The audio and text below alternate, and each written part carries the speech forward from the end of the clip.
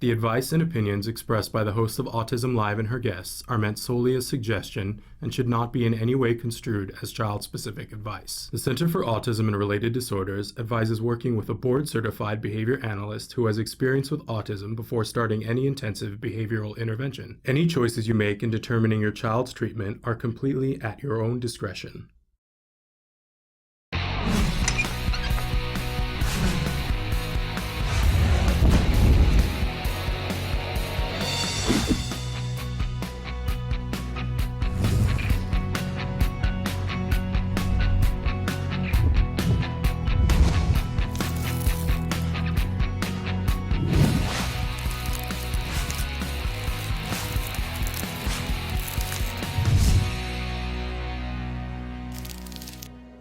Good morning and welcome to Autism Live. I'm Shannon Penrod. We're webcasting to you live from the Warner Center in Woodland Hills, California.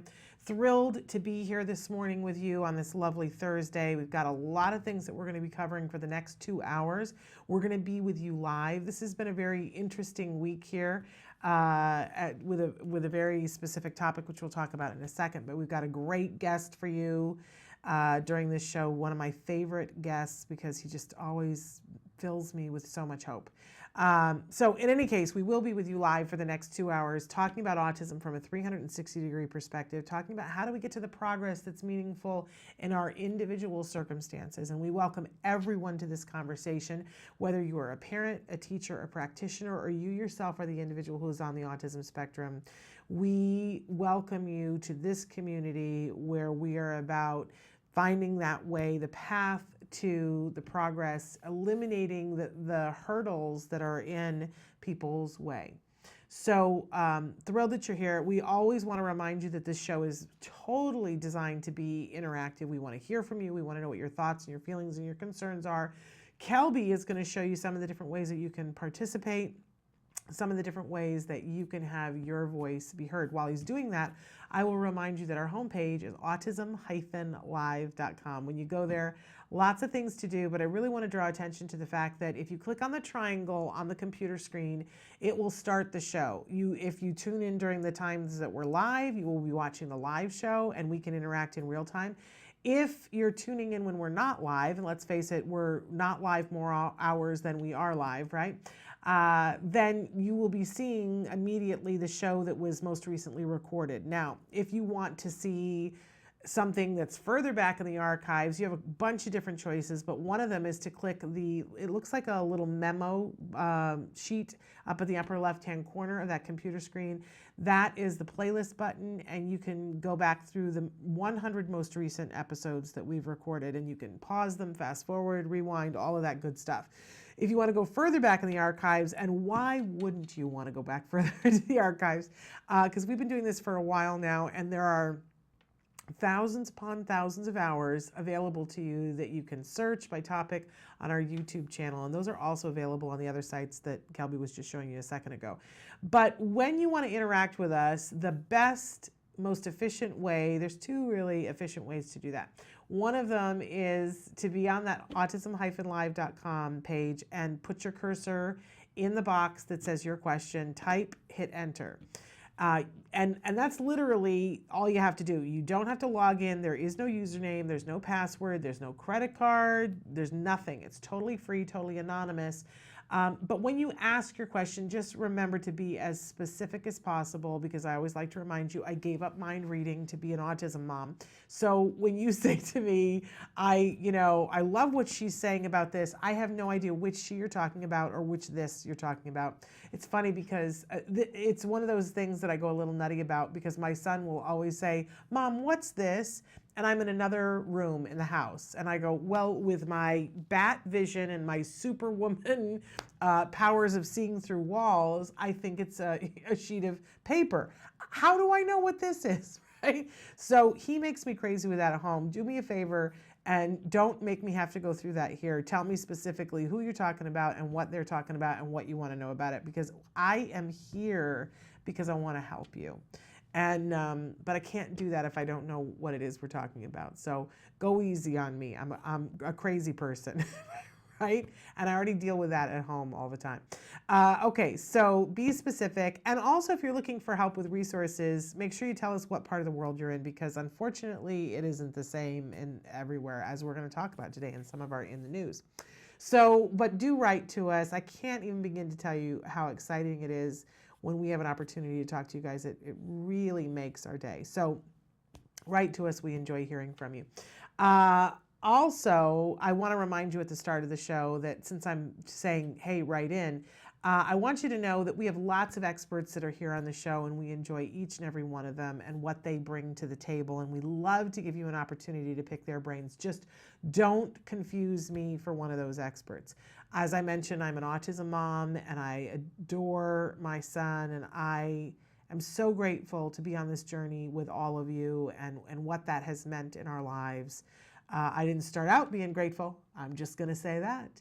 But I'm there now. And the difference of why I wasn't grateful before and why I'm grateful now is because I got access to help and support and things for my son that helped not change who he is, because that's not what anybody is trying to do here, but we had the way of eliminating the hurdles that were in front of him so that in fact he could be more who he is without the disabling aspects of autism.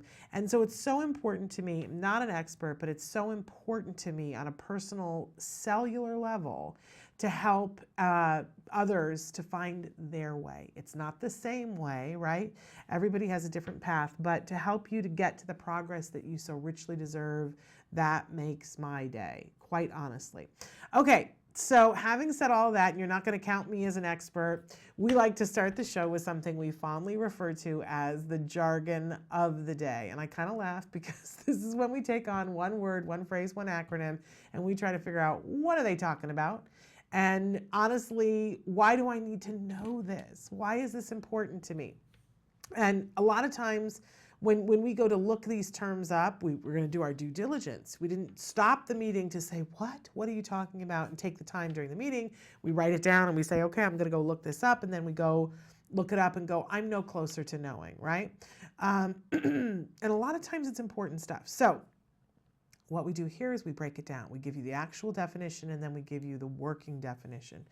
Okay, so today we're taking a term that we've used before, but it's worthwhile to go back over it for some of the things that we're going to be talking about. Our jargon term for the day is shaping. I know we're not talking about shapewear or things that you put on that suck you in, right? We're not talking about that. Here's our actual definition for shaping.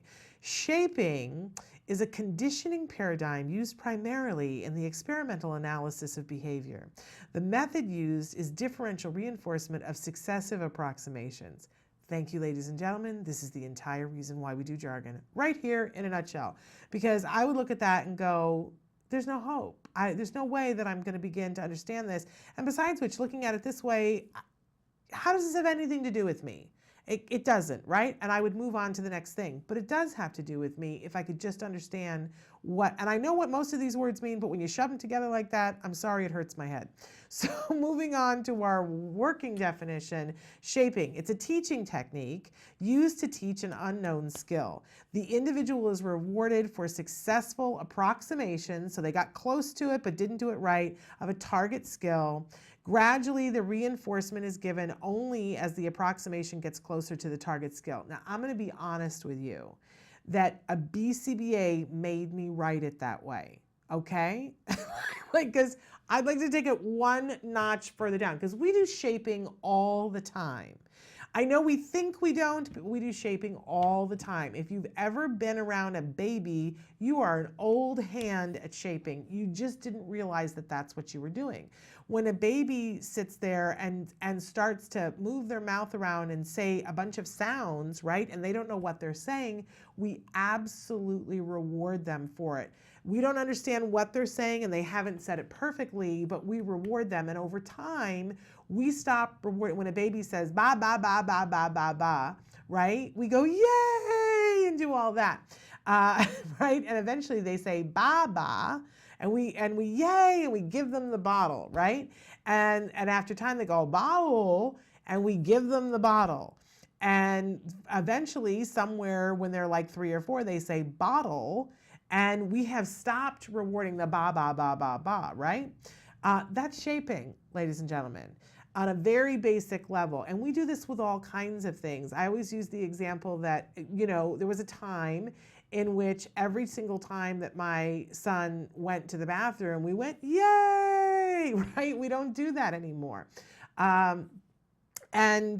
We did a lot of shaping up of the behavior so that now it maintains itself. My son, at the age of almost 13, that's not even a discussion for us. But there was a period of time in our lives when it was every discussion, everything that we were doing.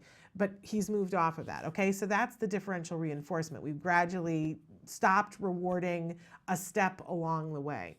But here's the thing about understanding what shaping is that when you go, oh, that's what that's really effective. That's the way we teach a lot of different things.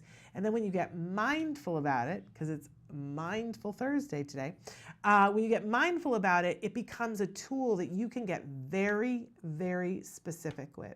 So that, for instance, if what you want to do, if you go through your list of, well, I want my child to do X, Y, or Z, or what makes me crazy, or what would make my life easier, is if my child could get up and get ready and get to school on time, right? We have an option to say, hey, we're going to shape that behavior up. Which, and here's the good news about it, is that because it's driven by positive reinforcement, instead of nagging, because I'm queen nagger, right? A lot of times I would like to just stand at the bottom of the stairs and go, why aren't you ready? We should be ready. I've told you yesterday, you should be ready, right?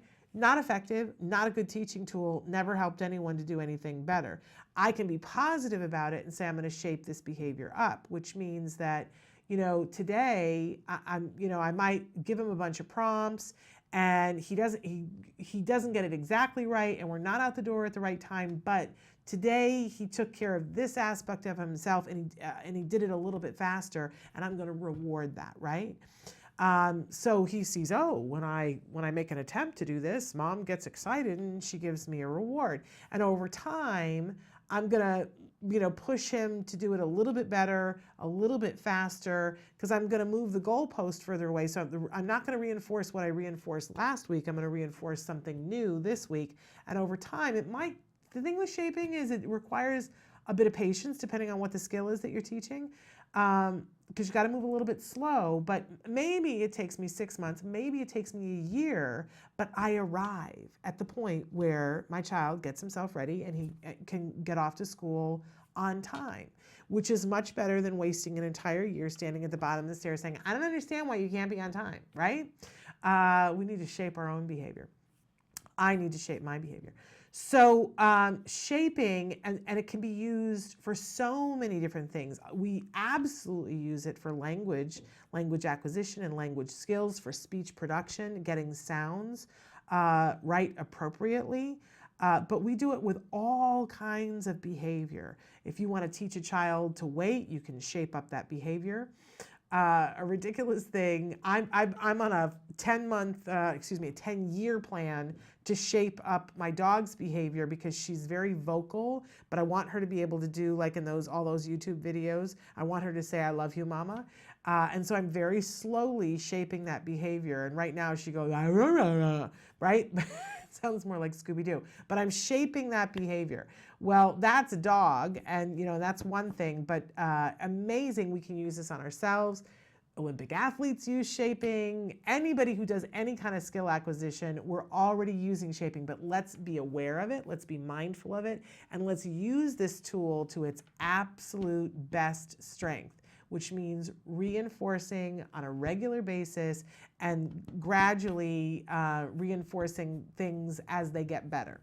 Shaping, it's an amazing way to morph a skill and create it where one wasn't, and it's pleasant. There's no negative to it. It's a good thing.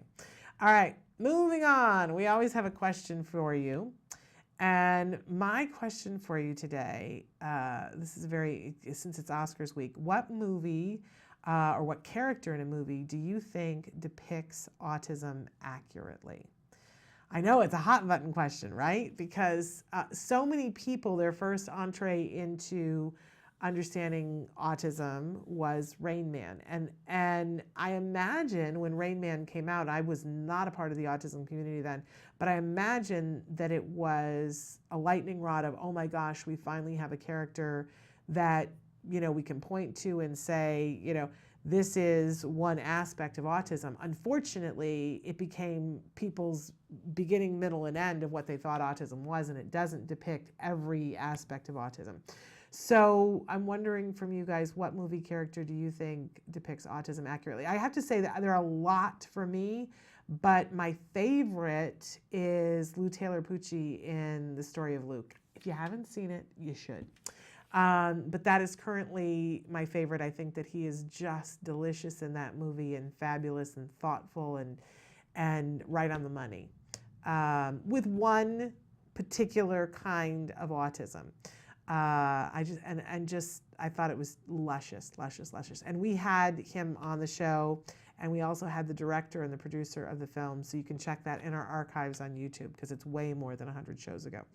But write in on Facebook and let us know. It's the Oscar week, and there have been so many different characters now that have depicted autism, some more accurately than others, and we're talking about that this week. In fact, our topic of the week is in fact autism and the movies. And earlier this week on Tuesday, if you watched On the Spectrum with Matt Asner, you got a chance to see both the director and the screenwriter for a film that opens tomorrow, Jack of the Red Hearts, which is getting a lot of attention this week. I haven't seen it yet, so I cannot wait to see it. And you will see that, in fact, some of the different things that we're talking about today, it's Mindful Thursday, so we're going to talk about that. We have a bunch of autism news to cover. But then in the second hour today, we have Carrie Magro, who's going to be joining us. And if you don't know Carrie Magro, oh, I'm so glad to introduce him to you. He is a fabulous young gentleman on the autism spectrum who is an international speaker. He's an advocate that goes everywhere. He frequently is somebody who consults on movies, and he's going to be with us today to talk about a movie that he consulted on. Jane Wants a Boyfriend. And excuse me, I cannot wait until this movie comes out. I've seen the trailer, and it looks like a beautiful, beautiful film. And I know that with Carrie being the consultant on it, that just gives it the stamp of approval from me. So we're going to talk about that. It's a movie I think that is desperately needed, and I'm thrilled that somebody has finally made this movie. So Carrie's going to talk with us about that. But the other thing you should know about Carrie is that, and one of the reasons why one of the many reasons why I adore him, Carrie is very successfully employed at Autism Speaks. He is one of their directors for social media, and a big voice in the autism world. And he's going to also talk with us a little bit about autism awareness coming up in April and some of the things that they have going on at Autism Speaks, because Carrie is a big part of the Light It Up Blue campaign. And so he's going to give us an update on what's going to be blue this year. And we're very excited about that. Always thrilled to have Carrie. He's also multi-talented. He's an author, and you can check out his books. Carrie's beyond fabulous. You guys ask me from time to time about, well, where are the adults that are doing so well, and why don't I see those people? And okay, well, here's Carrie coming at you. All right, we are going to take a break, and then we are going to come back with our Mindful Thursday moment. Hopefully you're going to like it and not think it's too tutti frutti. Stick with us.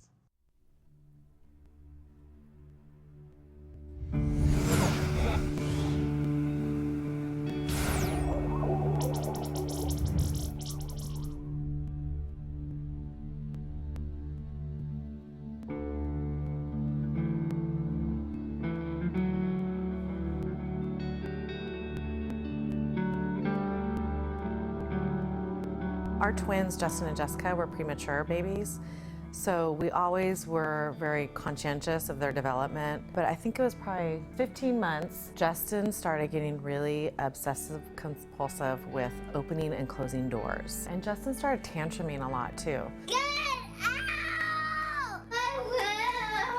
I These would be major tantrums that were just completely debilitating to the family. Having to take him out of the house, put him in the car, drive around, just to calm him down. I remember a breaking point and just thinking, you know what, we got to do something. This is not right.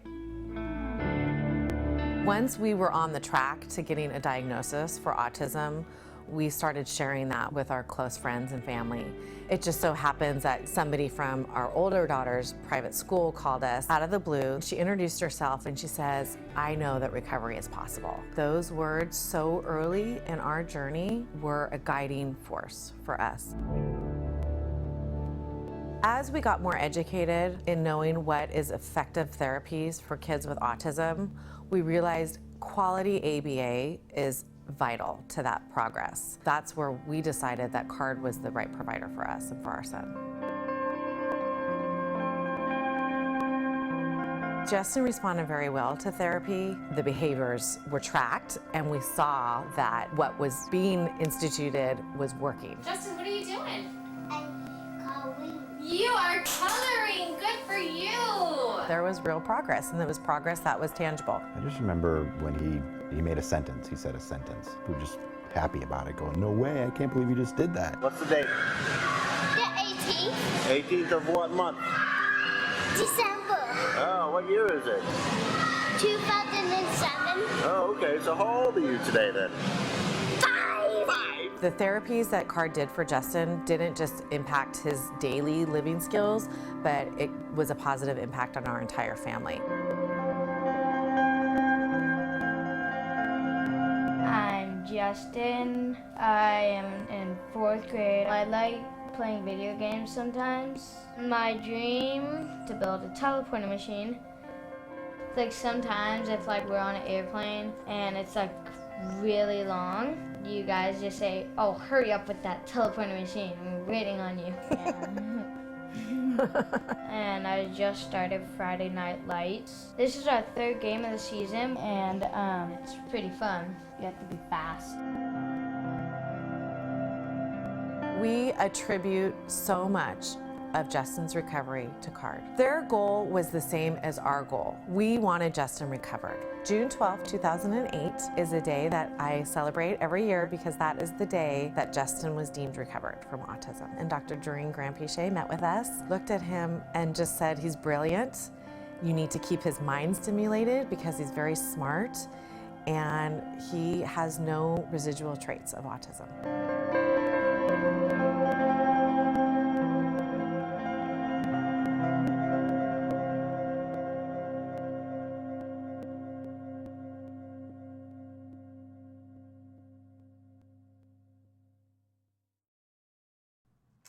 Welcome back to Autism Live. We have started this year with a new segment on Tuesdays. When we do a Tuesday show, we are focusing on self-help. On Wednesdays, we're supposed to be focusing on gratitude. We haven't done very well with that, I have to say, because there's so much that happens on Wednesdays. But on Thursdays, we are doing well at focusing on being mindful. And we need to focus on being mindful because all the studies show us that mindfulness reduces stress. And if there's anything that we need, it is to reduce stress, seriously, right?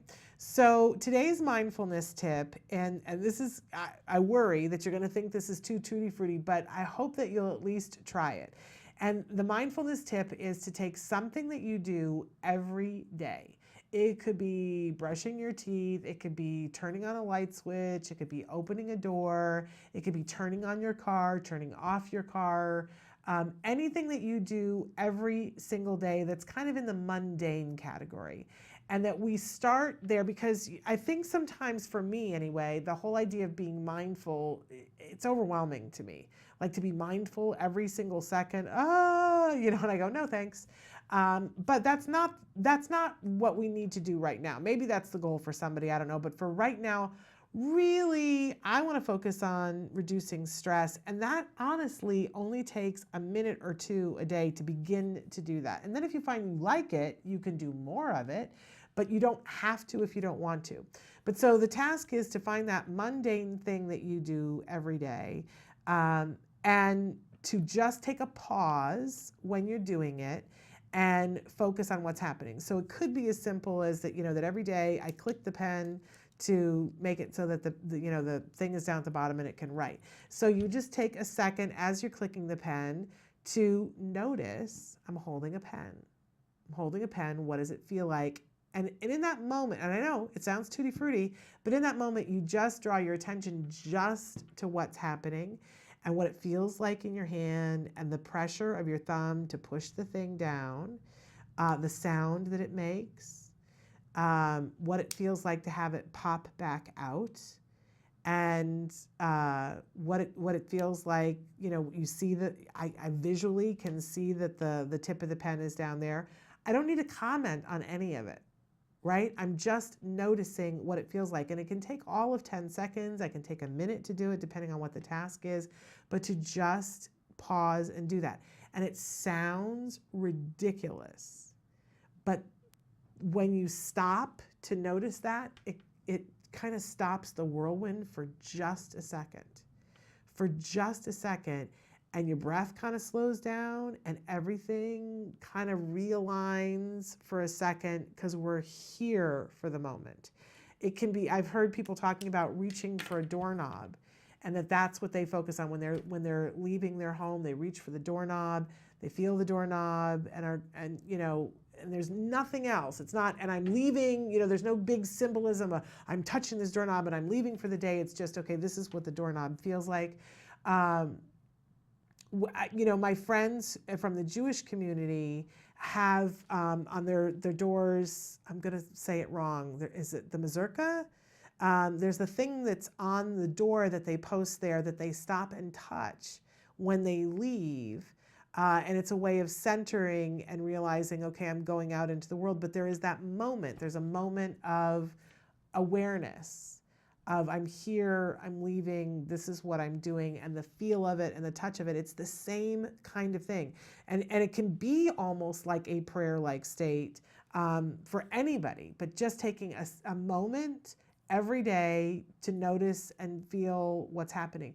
For people that I know that are athletes, they build this into their routine. I have a friend who swims, and she says there's a moment when she stands on the edge of the pool every morning, and she adjusts her bathing suit, stands there, takes the breath, and smells the pool, and smells the surroundings, and feels the bathing suit on her body, and just has a moment. And it's funny because as I'm talking about this, memory has come up in the last couple of weeks with Jem, where when so much was happening, see, and now I'm going to get emotional, when so much was happening and things were changing and it felt like he was leaving me, and when he was regressing into autism, there was something that I did every single day that when I had to pick him up to put him in his 5-point harness car seat or take him out of the 5-point harness, he was a big baby, and everybody told me about how fast it was going to go, and still I didn't believe how fast it went. And I remember somebody saying to me, there's only like a limited number of times that you get to pick your baby up, and then they're too big and you can't pick them up anymore. And that crushed my heart thinking about this. I'm only going to get a certain number of these. But what was great about that was I was mindful about it. So every single time I would take him out of the car seat or lift him up. I can remember being in the parking lot of a grocery store and picking him up out of the cart to put him into the car seat. And I would always hug him for a moment. I would just stand wherever I was and hug him and smell his head and be like, oh, I don't have that many of these, so I'm just going to appreciate this. And I'd forgotten that for a while, and I remembered it last week because I saw Mom standing in the parking lot hugging her baby, and Jem was with me, and I said, I used to do that every single time. And honestly, that was a great thing for me. That moment of mindfulness, I didn't realize that that's what it was, but that moment of mindfulness, it just realigns and centers, and in a busy whirlwind day, to just take one of those is really amazing. So whatever works for you, but pick something you do every day. I have another friend actually that does this every time she drinks water. She'll drink water and she stops everything to feel what it feels like for the water going in. And I have to say, she's really, really healthy. You know, she drinks a bunch of water because it's a pleasant thing for her, that whenever she's drinking water, she just tunes everything else out and focuses on what does it feel like as it's going down her throat, what are the smells around her, what does it feel like to have the glass in her hand, what is the temperature. She just notices. So find your in, take the moment and see what it feels like for you. It can be literally just a moment of mindfulness. That's our mindful tip for today. We're going to take a break and then we're going to come back for a sea of news that we have. But don't forget, in the next hour, Carrie Magro is going to be with us talking about a new film, Jane Wants a Boyfriend, and updating us on what's happening during Autism Awareness Month. April's just around the corner. Stick with us.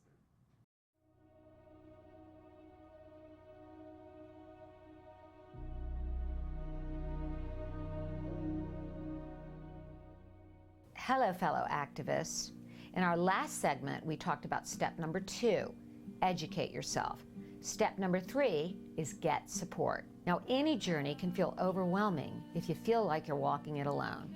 Well, you're far from alone, because with 1 in 50 kids diagnosed with autism today, there are a lot of us out there. Of course, there's always the issue of financial support. Now, there's a handful of organizations out there that offer financial support to families in need. ACT Today, or Autism Care and Treatment Today, is one of them. Visit our website at www.act-today.org to find out more about our grant process. I want to talk about a different kind of support today, emotional support. Now, you can get that from other travelers on this path. Some of the best advice I've ever received is from the moms of other kids with autism who went to school with Wyatt or were involved with programs with him. Then there are the pioneers. These are the families that have gone through this years ago, and there was very little information out there. All of these people seem to have the desire to pay it forward. Now, one of them, Lisa Ackerman, who is one of my mentors, started an organization called TACA, Talk About Curing Autism. She actually took the concept of mentors and support groups and made it available to everybody. You can go to their website, talkaboutcuringautism.org, to find out more. During the first and most difficult year after Wyatt's diagnosis, I wrote an email to close family and friends, letting them know what was going on and the challenges our family was facing, and why we dropped out of sight. I was amazed at the outpouring of love and affection and all the help I received from that email. First, you have to be vulnerable. You can't be afraid to ask. Try this out. Could you cook me a meal? Are you going to the market? Can you pick me up a few things? Could your kids play with my kid and make them feel included? Or can you come over and clean my house? Well, maybe not that last one, except with your best friend. And maybe the best support of all is having someone that listens, and that doesn't cost a dime. So until next time, surround yourself with the loving kindness of others and keep the faith. Welcome back to Autism Live. We have some autism news updates for you. I want to start with a story coming out of Australia, that there is a panel of autism experts that were commissioned to advise the National Disability Insurance Agency, talking about autism, recommending children with autism spectrum disorder. Recently, they said that with the diagnosis that they receive at least 20 hours a week of early intervention delivered with either one-to-one or in a small group. This was released on Friday. The panel, which comprised a range of academics, teachers, and advocates, backed the best practice intervention for young children, which can cost up to $80,000 a year. But apparently there's some controversy over this because the National Disability Insurance Agency is implementing the National Disability Insurance Scheme, It's so funny here in the United States when they call it a scheme, it sounds like, it's not a good thing. But in Australia, that's a word just to say this is what the plan is. So connotation goes a long way, right? Their point is that they say the aim is to tailor a support package specific to a child's individual needs using the best practice and best evidence, he says. There is no one-size-fits-all therapy package for children with autism spectrum disorders, as their needs vary considerably. Now, I read that and I go, yay for Australia, that's just awesome. Although there's a part of me that I go, well, at least 20 hours a week. It's like, well, that's a good start because you're saying no less than 20 hours a week. But the truth of the matter is that it should have been significantly more, right? Well, this is where part of the controversy comes in. That the National Disability Insurance Agency is saying that at 20 hours a week that it should be between $16,000 and $18,000 a year to get this treatment to these individuals with best practices with a minimum of 20 hours a week. And so we have the dissenters on the other side of the page, Bob Buckley, who is the convener of the Autism Asperger's Advocacy Australia group, A4, and a member of the expert panel which advised the NDIA. He accused them of completely ignoring their recommendations. And to an outsider, and especially the way the media is covering it, looks like, oh, he thinks it's too much, but in fact, it's the exact opposite. Mr. Buckley is quoted, though, in many media articles as saying, I fail to see how their early intervention approach connects with the research we have undertaken, or indeed any research into early intervention in autism, he says, which I'm sure to a lot of people looks like, oh, well, then this is ridiculous. They shouldn't be doing this. But Mr. Buckley went on to say that best practices suggest that the cost should end up being, if you're doing it right, between $40,000 to $80,000 a year.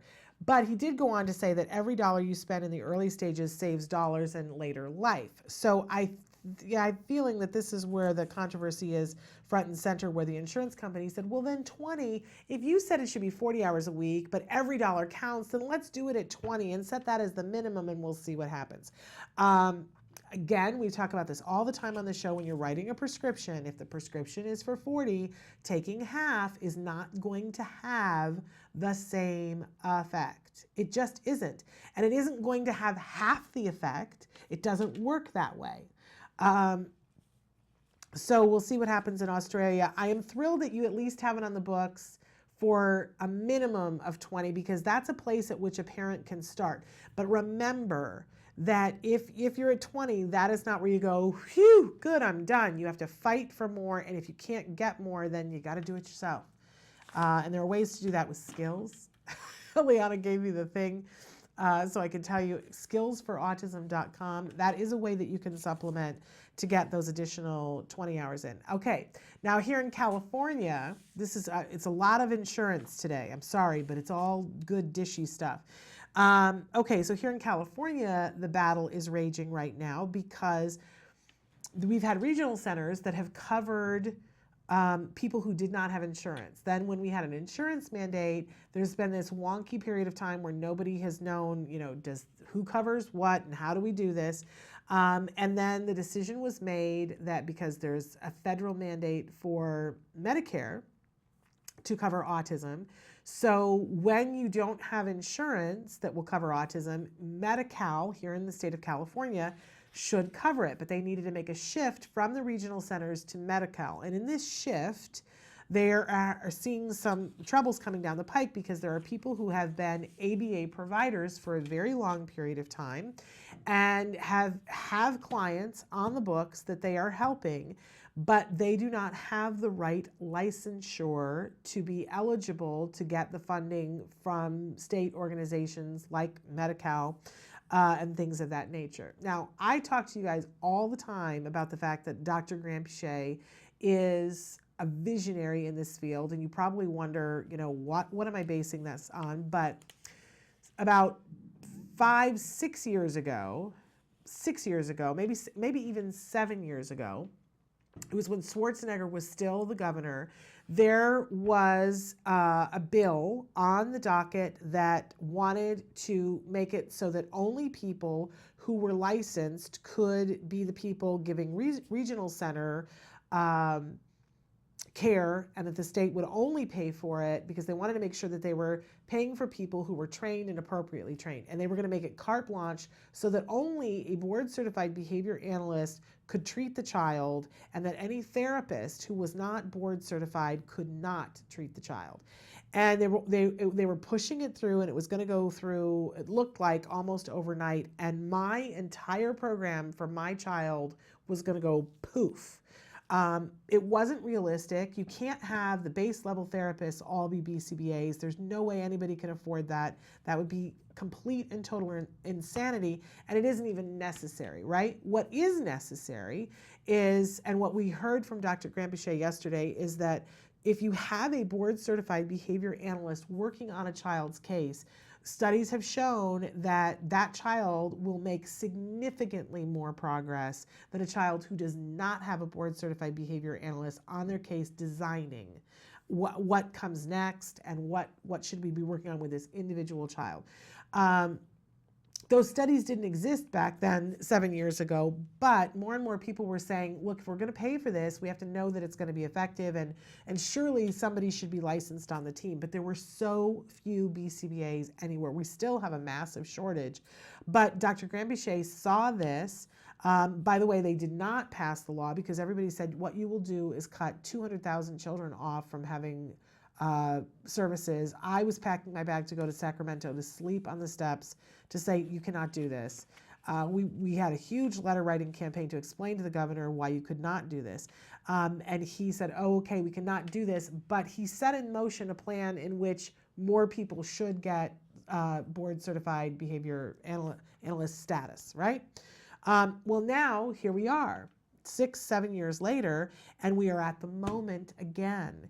And people are crying foul, and it's the parents that are caught in the middle and the kiddos that are really being done a disservice here, because a bunch of ABA providers did not pay attention and go get their licensure. And they're all crying foul and going, this isn't fair and it's not fair to the clients. You're right, it's not fair to the clients.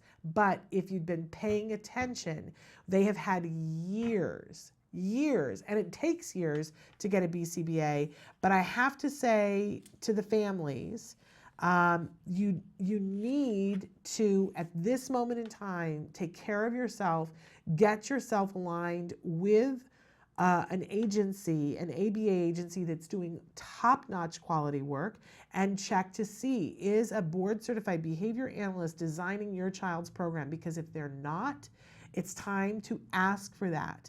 We know now, the studies are in, that is much more effective, and you're going to lose your funding. And a lot of these kids now are having to be shifted to other providers, and they're having to face a wait list. And it is devastating. I would say, and a lot of people are advocating, it is better for them to have the continued treatment with somebody who is not a board certified behavior analyst, as opposed to losing their hours, and I agree with that. But I think you need to protect yourself and get yourself on a waiting list with someone who is a board certified behavior analyst. If they're not going to take care of their business, then you have to take care of business. So, and for all of those providers who are crying foul, I would say to you, you need to wake up and pay attention. This was not coming from left field, but I do want to congratulate Dr. Granpeesheh for being one of the first people to see that, and for getting her people giving incentives for people to become board certified behavior analysts. CARD employs more board certified behavior analysts than any other, for autism, than any other entity in the world. So there you have it. Okay, in other news having to do with insurance, Tufts this is the State Attorney General and Tufts Associated Health Plans, Inc. have announced a settlement last week that requires the health insurer to provide comprehensive coverage, including retroactive reimbursement, if appropriate, for predominant therapy for autism spectrum disorder in children.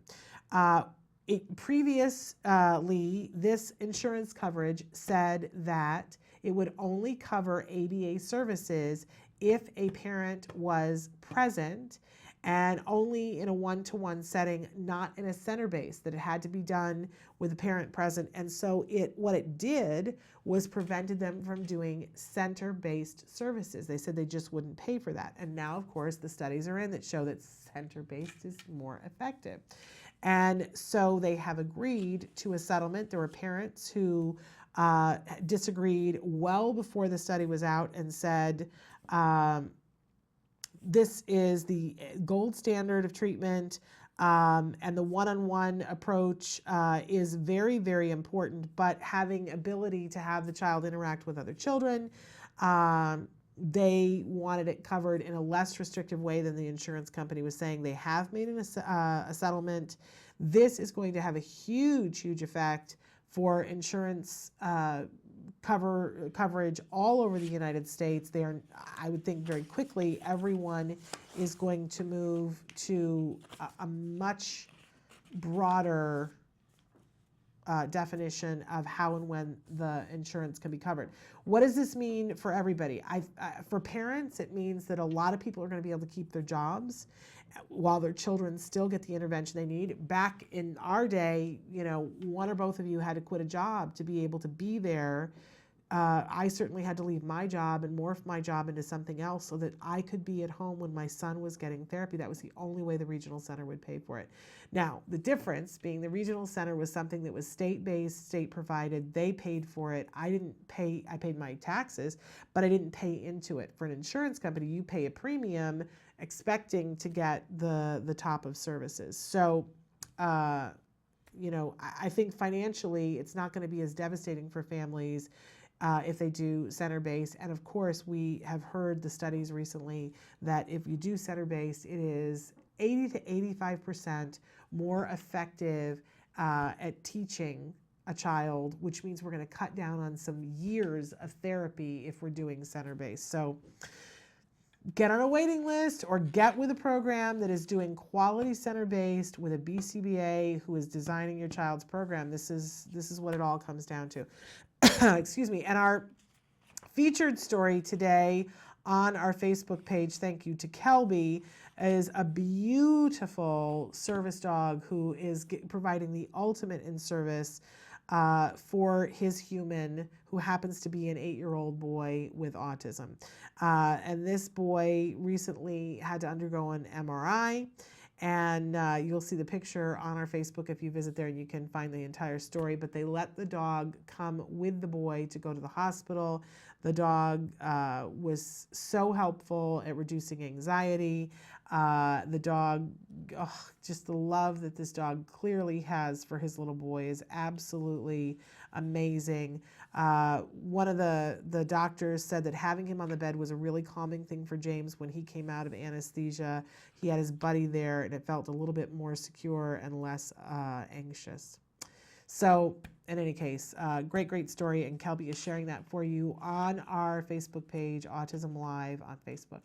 That's our news for today. We're going to take a break, and we're going to come back with more Autism Live. Stick with us. It's every parent's desire for their child to have a great start in life. Yet there is a condition affecting more children's lives than pediatric cancer, diabetes, and AIDS combined. Autism strikes 1 in every 150 children. Today, 1 in 110 kids in the U.S. will be diagnosed with autism. That is a huge jump from 30 years ago when it was 1 in 30,000. Startling new report finds the number of children with autism is skyrocketing. The Centers for Disease Control estimates 1 in 68 children has a form of autism. Now that's a 30% increase in just 2 years.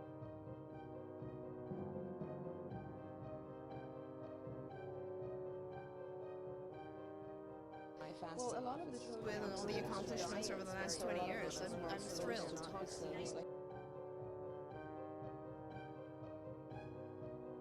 I think what kept me was the feeling that, I would have a parent come to my office late at night at UCLA and just fall apart.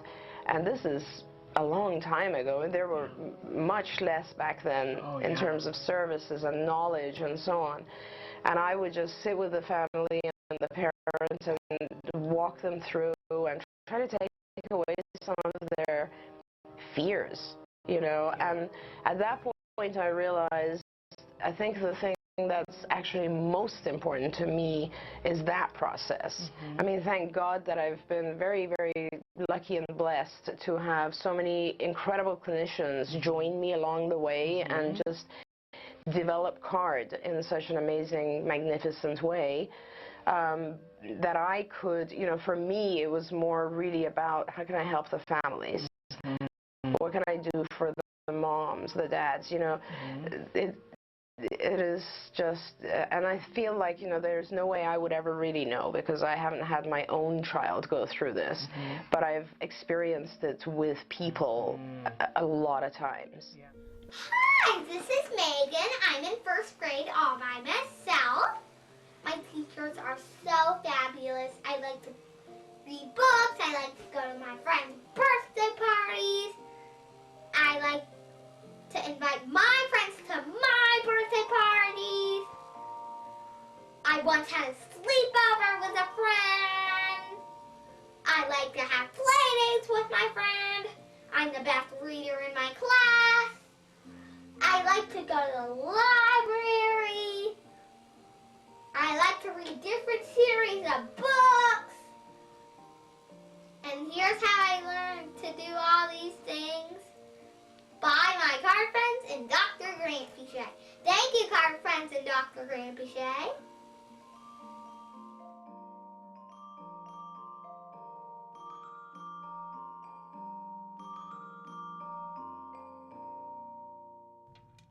Welcome back to Autism Live. We've been talking this week about autism in the movies, and we were so thrilled that during On the Spectrum with Matt Asner earlier this week, Janet Grillo and Jennifer Deaton joined him to talk about the new film that's coming out tomorrow, Jack of the Red Hearts. Janet is the director of the film, and Jennifer is the writer of the film. So check that out. That is on our playlist right now on the Spectrum, and it is from the month of February. And so our topic this week, and in just a little while, in the next hour, in just a few minutes, we're going to have Kerry Magro on, and he consulted on the new film Jane Wants a Boyfriend. And this is all very timely because it's Oscars this weekend. And we also had Alex Pichetti on with Matt Asner, and he and Nava Paskowitz-Asner and Jennifer Deaton, the screenwriter of Jack of the Red Hearts, and Alex Pichetti all gave their Oscar picks for this weekend, who they thought was going to win. It's a very fun episode, so definitely check that out. But we asked you today, what movie or what character do you feel like really has depicted autism accurately? And I just wanted to check in with some of the, because some of the things you guys wrote in, I have no idea what they are. So somebody wrote in and said, the guy with the afro and glasses from the It Crowd. I don't know this, so I have to look that up.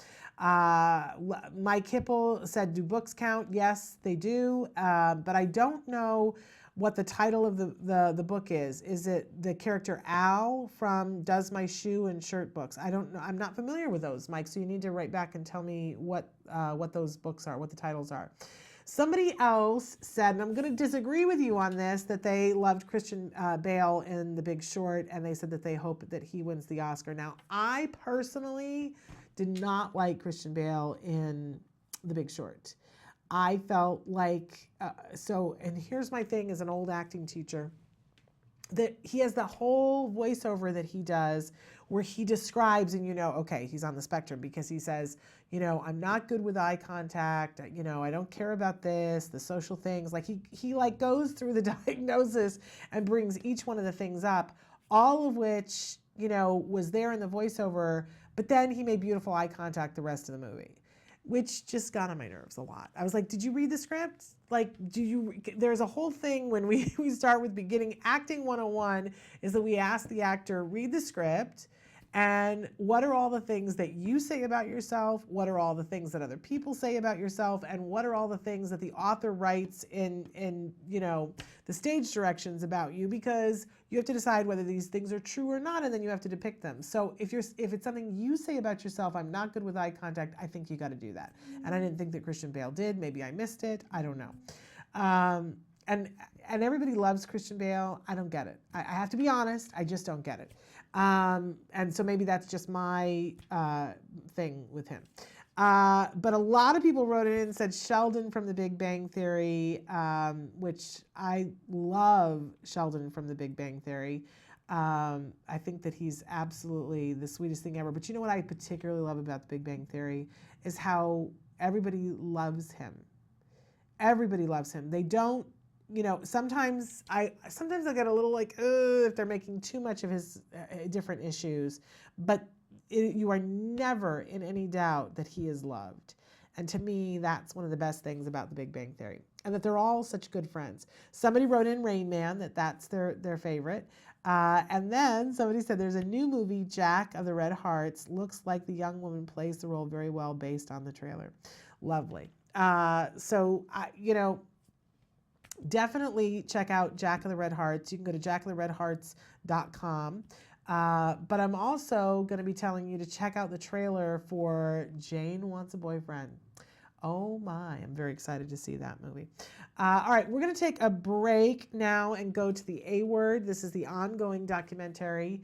Not ongoing anymore. I shouldn't say that anymore because we finished this chapter of the documentary, although I think it's ongoing in my head because we are looking to identify an older child to do another chapter in the A Word to see what it's like for an older child starting therapy and going through therapy. So if anybody is aware of somebody who's starting therapy that's older, please let us know if they're willing to be filmed on a regular basis. That's a tough call, right? We might be looking for that. We've been looking for like 2 years, and we might be looking another 2 years before we find. But in any case, in this portion of the A Word, we're looking at a family with a little boy. Starts out with just a little boy, Jack Riley, and as the filming progresses, Jack Riley gets a little sister. But at this point, we're at the beginning of the series where Jack Riley is fairly newly diagnosed. The family is getting used to the A Word and to early intensive behavioral intervention. And it's not easy at this phase. And it's frustrating to have a bunch of people in your house and to see that the child, there's going to be some frustration in the beginning because we've gotten used to doing it one way. And we have to change that a little bit in order for things to progress. One of the things that I so loved, Elaine Hall was here yesterday, and she said some amazing things, and she talked about being at the White House recently, and there was a rabbi who is on the spectrum who began her talk and said, I do this and it looks weird, but then she put on her prayer shawl and was rocking and said, in this context, it's not that weird, and what's wrong with this? And I agree. It's like, what is wrong with this? There's nothing wrong with this as long as if you want to pick up a pen, you can stop this and do this. That's the thing that's the sticking point for me, is that I never want to completely take away the behaviors that help to calm somebody down. And I know executives that when they're thinking of an idea, sit and do this in their office to get the best idea. Great. I have no problem with that whatsoever. But for those of us who've had kids who've done this and couldn't stop, that's what's hard. Because I know my son wanted to play with the other kids, wanted to be able to write his ideas and draw a picture, and couldn't while he had this going on and he couldn't stop it. So we do get in there, intervene, and try to make it so that this is a choice, right? Then nobody has a problem with it, or they shouldn't. In any case, take a look. This is the A Word. I just wanted to ask you how you're adjusting with all these people coming in and out of the home. Half of me is used to it. Half of me is no longer freaking out about how clean my house is, clearly. The other half of me is still really overwhelmed. And, if there's talk of one more thing that we add to our list for that week, sort of freaks me out, at least initially. Well, it's easier now. It was very strange the first week. He's making progress. It's sort of relentless. When you think you have a moment to relax, oh, wait a minute, 9:30, so-and-so is showing up. But it's just an adjustment. It's not overwhelming necessarily. There are times where you just need an hour and it's not coming. But we've developed a fondness for all of you guys, so that makes it easier. And he's making progress, so who really cares how inconvenient it is? What color? You're funny. I like Spider-Man. You're funny. You were such a clever. Hey! She's not a jungle gym. You're funny. Hey. You're funny. You're funny. Go. Hey, you wanted to go color. Yeah, go color. Yeah, come here. Color. I have colors for you. Here. Do you want green or orange? Which one's orange? Green or orange? Orange, yeah. Good job. I see changes in him every day. Today we went to OT and just watching him climb up a rope. And he got to the top and he was on a ledge and she had to show him how to turn over on his belly to climb back down. And he did it again and he got to the top and he remembered. He knew to turn on his belly and do it. So just watching how he's soaking up stuff and being able to adapt it so quickly is pretty impressive. Now, if only that would work with the eating. That's probably still our biggest challenge is eating. Yeah, eating's it's a task. The therapist came out because he needed to eat, and it probably took him, 10 minutes to really take his first bite. But what he'll eat and how he'll eat and when he'll eat are very challenging stuff. I think the goal is to develop the relationships with the girls first and to be more compliant on behaviors that don't involve food or eating. He gets really worked up when new foods are introduced to him. It's a good 10, 12 minutes before he'll even consider eating anything else. So we have to get past that and probably introduce it to him a lot and let him play with it more and just get that fear or anxiety out of him. But it's going to be a slow process, I think. He's making something very intricate. And I'm surprised. I was talking to Susanna because he's so into textures and how things feel, and I was surprised that he even wanted to touch it. We had peaches in front of him today with applesauce and tried to make it fun to run the trains through, and he was not happy about the whole thing. Can we squish it? Are you all done with the Play-Doh? Yeah, let's go. All Let's done. go clean up. Clean up. Thank you. Good job. Uh-oh, you don't want to be done yet. We can play with it later, Jack Riley. We're done for now, okay? You want to eat? Are you hungry? Are you hungry? You want lunch? Do you want lunch? Do you want to watch Pocoyo with lunch? Pocoyo? Oh, Jack. How has it been like just adjusting to there's days when he's having therapy and he's having difficulty, he's crying and Those are hard on us because I think we're both overly sensitive anyway, and he's your son.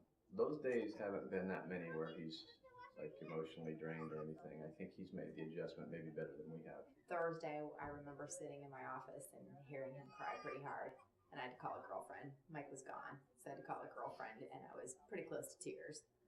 And she talked me off the ledge, which was a good thing. But since then, it's been easier to hear him. I haven't heard it as bad, or it hasn't felt as bad, but I know it's good for him, and I know that he's being asked to do things that he's not used to being asked to do. So there's nothing wrong with that. This one. What color? Green. Yeah. Last night, there were bubbles on a page, and not only did he say bubble and pointed at all the bubbles, but then he decided to pop the bubbles and started saying pop.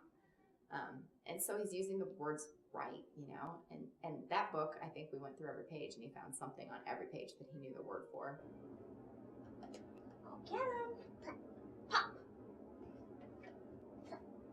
Nothing is easy for him anymore, even with us. I think if he wants to do anything or if he wants to try anything, he has to ask us for it or say the color or do something. So I think we learned that from ABA. Pocoyo or Baby Babble? Babble. Good choice. Baby Babble. Baby Babble. That's good talking. We have all Bubbles. Bubble.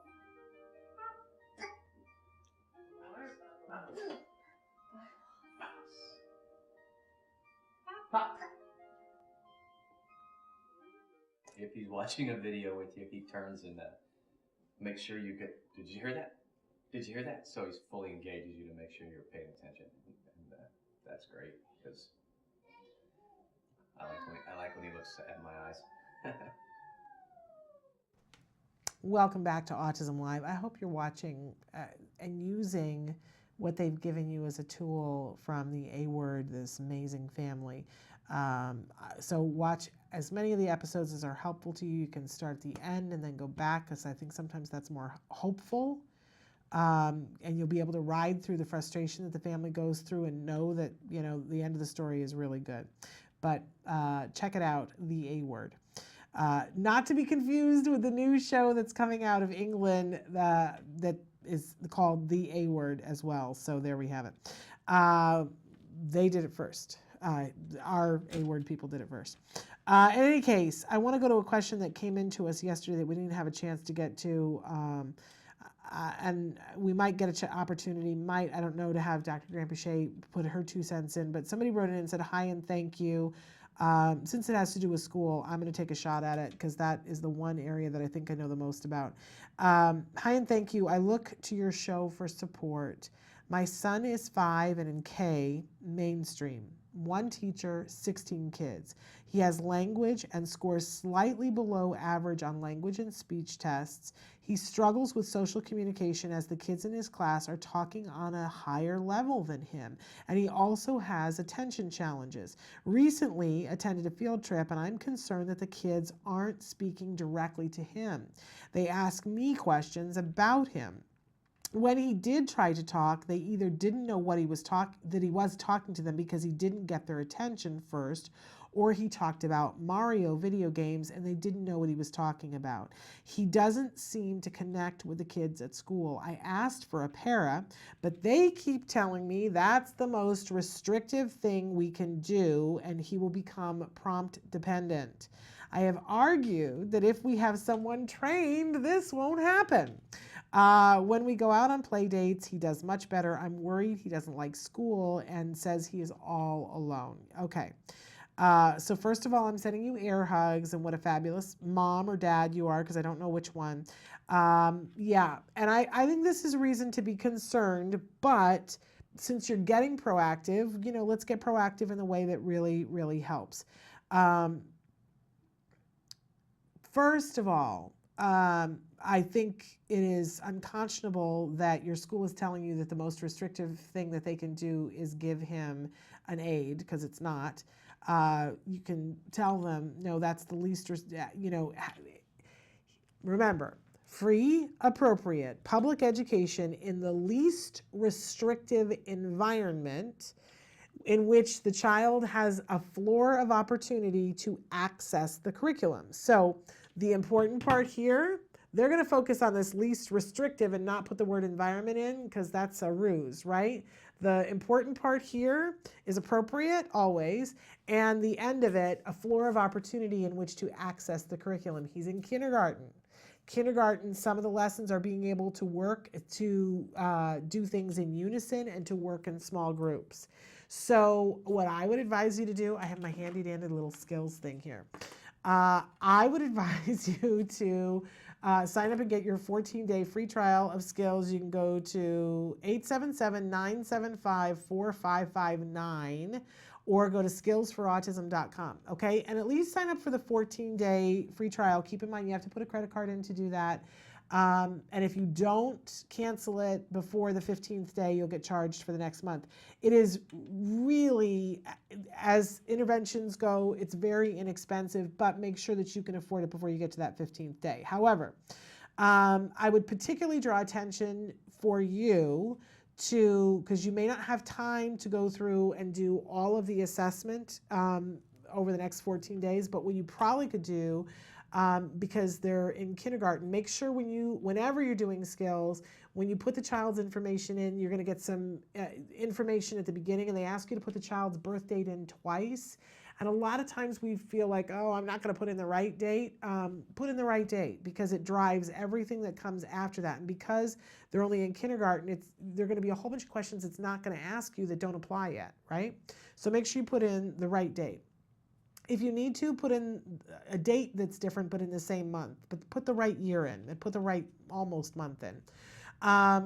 Okay, now, so the 2 areas that I would tell you to go right to, go to the academic curriculum and go to the social skills curriculum and answer as many of the questions as you can in that area. And then, you know, there's 4 steps to it. And so the first one is assessment. Gosh, I'm like drawing a blank. But by the time you get to the third one, it's at the place where they start to recommend treatment, and then the fourth one is the treatment that you're going to pick. But the whole point of this is for you to very quickly identify what are the skills that you want to work on, have your child work on in school, and it will create IEP goals for you. So even if you want to be in contact with me and I can help you, or call that number and ask them how to do it, and they'll have somebody, they do that all the time. But I can also help you to do it too. Because what you want to do is come back to the school and say, well, I want this in his IEP, that he's working on this, this, and this. And you make them responsible for it, and then all of a sudden, they're going to want to put in place things that can help your child to do that. So that's what you do at school. You don't, there are things that they will say either to distract you or because they don't know what they're talking about. And I love teachers, but they do not get the training in autism that they deserve to get and that our kids deserve for them to get. So a lot of times they don't know what they're talking about, and they don't even know they don't know what they're talking about. And we have to educate them, and that's what we do. But okay, so you do the skills portion of that so that you can address, and you call an emergency IEP meeting and say, here are the skills that are missing. And, you know, and you start there, get it written into the IEP that they have to address these skills, and then they can put a behavior intervention plan and figure out how they're going to do it. Okay, that's great, but how do you really get at these skills in the amount of time that you want to get at them? Because you want to change the equation really quickly, you really got to target it at home. You really got to start at home working on things with him like general knowledge so that he knows what to talk about with the kids. There's a whole lesson in skills that about how to get somebody's attention, and you want to start doing that with adults and then do it with kids. And one of the best pieces of advice, we've had Bryce Myler here before on the show, and she is a recovered kid, and she sat me down and she said, look, you are just going to have to become that mom, that your house has to be the house that kids want to go to, that it's so much fun. So you pick, probably you start with a bossy girl. I was one. It's okay for me to say that. You pick the bossiest girl in the classroom and you invite her over, and maybe she has a sibling, you invite them over for a play date.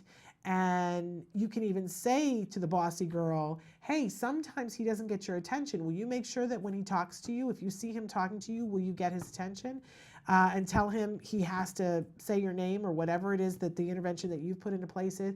And then you branch out to probably, you know, like there's a boy in the class that's just super, super sweet and kind. And so he's the next person that you invite over until you find someone who ends up having such a good time at your house that they come back and come back and come back, and they're in the classroom. So he's got a buddy in the classroom. It is imperative that you do this because he's in kindergarten right now. This is going to be fairly, you know, possible and easy to catch up on. But if you get to first grade, right, it's going to get, the gap gets bigger and bigger and bigger. And by the time, I can tell you, by the time you get to third grade, they will bully him. If he doesn't have a friend or a circle of friends to surround himself with, he will be bullied. So we take that insurance policy out now. You're gonna get them at school to identify these are the goals and write it into the IEP so that they're responsible for it. You're not going to let them get away with saying that having an aide is the most. Please, that makes me mad, quite frankly. But you really got to target this at home, and you're going to have to do a bunch of play dates. Make sure the play dates are short and fun. Make sure that there's something of interest to both your child and the kid who's coming, and that whatever food is served is the most fun thing that doesn't make them sick with artificial colors and make them not be able to communicate right. Keep it clean but great. And make your house the center of fun so that every kid is like, oh, I can't wait to get invited to a play date there. Because when you get invited there, you get to, you know, do X, Y, and Z. And that the parents all love bringing the kids to your house. You've got to get that practice in. And I really want to encourage you, get your ABA team, and I hope you have an ABA team because your kid is the perfect candidate for right now. ABA team can make the difference of a lifetime for him. Have them there for the play date to facilitate teaching the other kids to say, hey, I don't know you're talking to me, or I don't know what you're talking about, right? If they're doing it at home, it'll translate to the classroom. You'll make all the kids that you have play dates with be on their team. Oh, it's going to be so good. So get in there and make it happen, even if they're reticent or saying, oh, no, he doesn't need it. Don't listen to that. My 2 cents, okay? We're gonna take a break, and when we come back, I want you to meet somebody who embodies all the great things when we do give the right stuff to our kids because they grow up to be these amazing adults. Carrie Magro is superlative in that area. You're gonna love seeing that this is what's possible. He's gonna be talking with us about a film that he just consulted on, Jane Wants a Boyfriend. Carrie Magro, when we come back. Stick with us.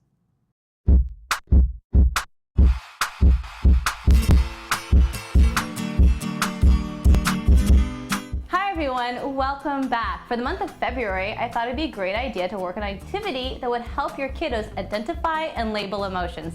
And to help me out today is my good friend, Jamie. Hey, Suzanne. Hey there, Jamie. Hey, how can I help?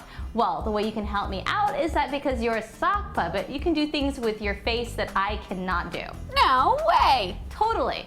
The way you can do it is that, you have interchangeable features, which means you can make super exaggerated faces, which makes it easier for kiddos to identify them and to label them. Uh-huh. Hey, I have a favor to ask you. Yeah? Can you help us out and show us some of your faces you can make? Of course! Here we go! Ooh, you look super mad. I was super mad. Can you show us another one? Sure. Ooh, you look super sad. I was super sad. All right, can you show us one more? One more. All right. You look super excited. I was super excited. I am too. You know why? Because I really want to show everyone how to make a little buddy like you. So let's get started.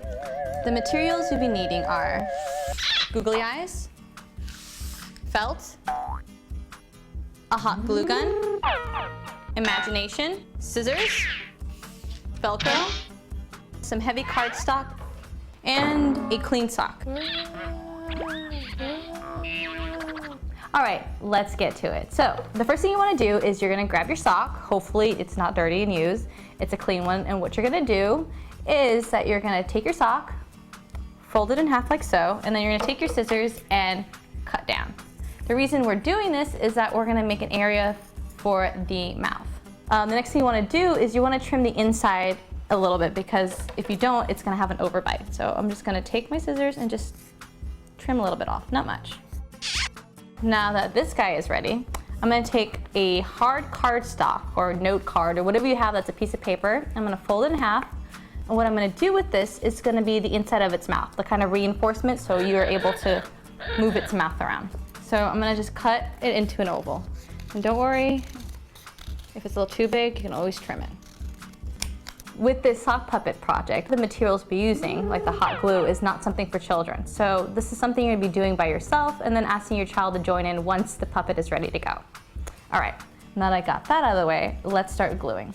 I'm going to take my hot glue gun and I'm going to glue it on the paper. Okay, once I have that, I'm going to put that in the inside of its mouth, and then I'm going to take the sock and then pull it over the edge and cover it the glue. All right, so now that I have the bottom part done, I'm going to do the same thing to the top. So now that we have this part assembled, what we're going to do is we're going to take a piece of felt and we're going to cover this area so you don't see all the scraggly stuff. So I have my piece of felt right here. I'm going to fold it in half and I'm just going to cut out a similar oval shape. And again, don't worry if it's too big. You can always trim it after we glue it on. I'm going to glue it inside. All right, now we got pretty much the base of the sock puppet. He's got a moving mouth, but wait, he's got no features. We gotta help him out with that. So what I'm gonna do is I have these pieces of Velcro that I bought that are already sticky on the back, which makes my life a lot easier. And I'm gonna peel this off and place it where I want his eyes. So one there and one there. And then I'm also gonna put them also along his mouth And then if you want to get fancy, you can put some for his eyebrows as well. So now that I have this, we should be making some features for him. I'm alive! Alive! I had a great time with my buddy Jamie, and I hope you did too. Until next time, bye. Bye. And don't forget to send us your photos at facebook.com/autism-live. Can you see me? Can you see me flying by your side?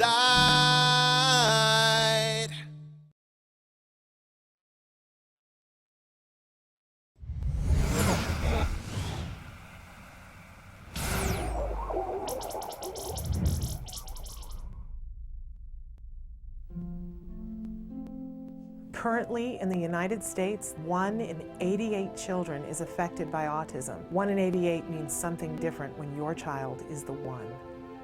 Recovery is possible. Hi, I'm Shannon Penrod, host of Autism Live, an online show about autism broadcast by CARD, the Center for Autism and Related Disorders. I'm also the mother of a child with autism, my beautiful son, Jem. You know our old joke, guess what? Chicken butt. Chicken butt. So we're gonna take the chickens. But things weren't always so easy.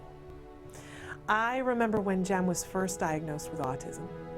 I used to lay awake at night in bed and pray for someone or something that could help us to get our child back.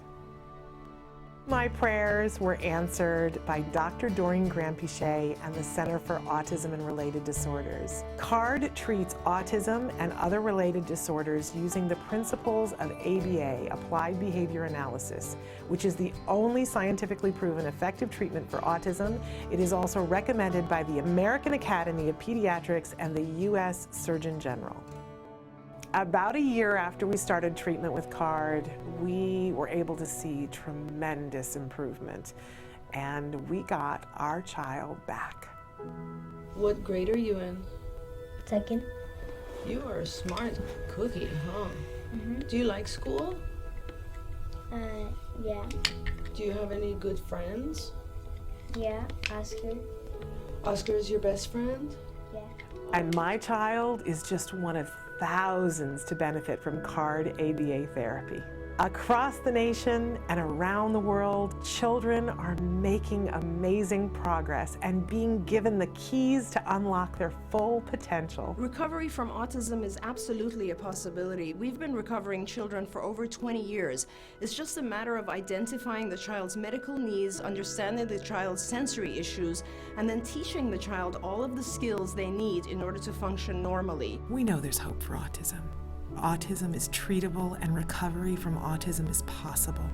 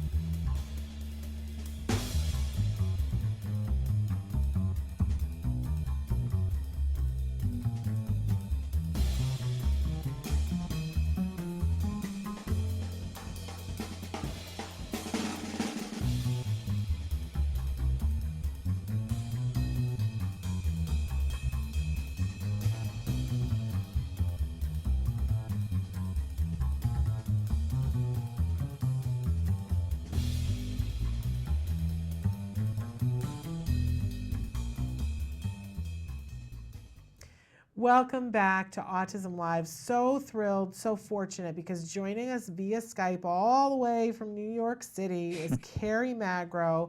Carrie, you're one of our favorite guests on the show because I always say you just fill me with so much hope And I think that the same is true for all the parents that watch, that you make us so happy on so many levels.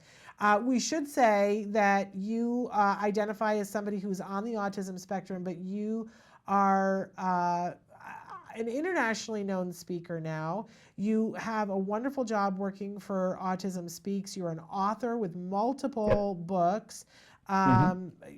Man, anybody would be proud to have you as their son, but you are, on top of all that, you are an amazing advocate for individuals who are on the autism spectrum. And you frequently work as a consultant for films to make sure that the autism that they're portraying in their films is accurate, and you do a very good job of that. Thank you.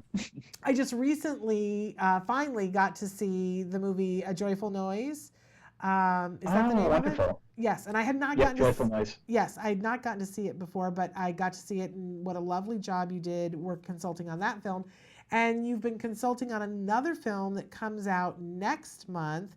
I've seen the trailer, Carrie, and I can't wait to see this movie. It's called Jane Wants a Boyfriend. Tell us about it.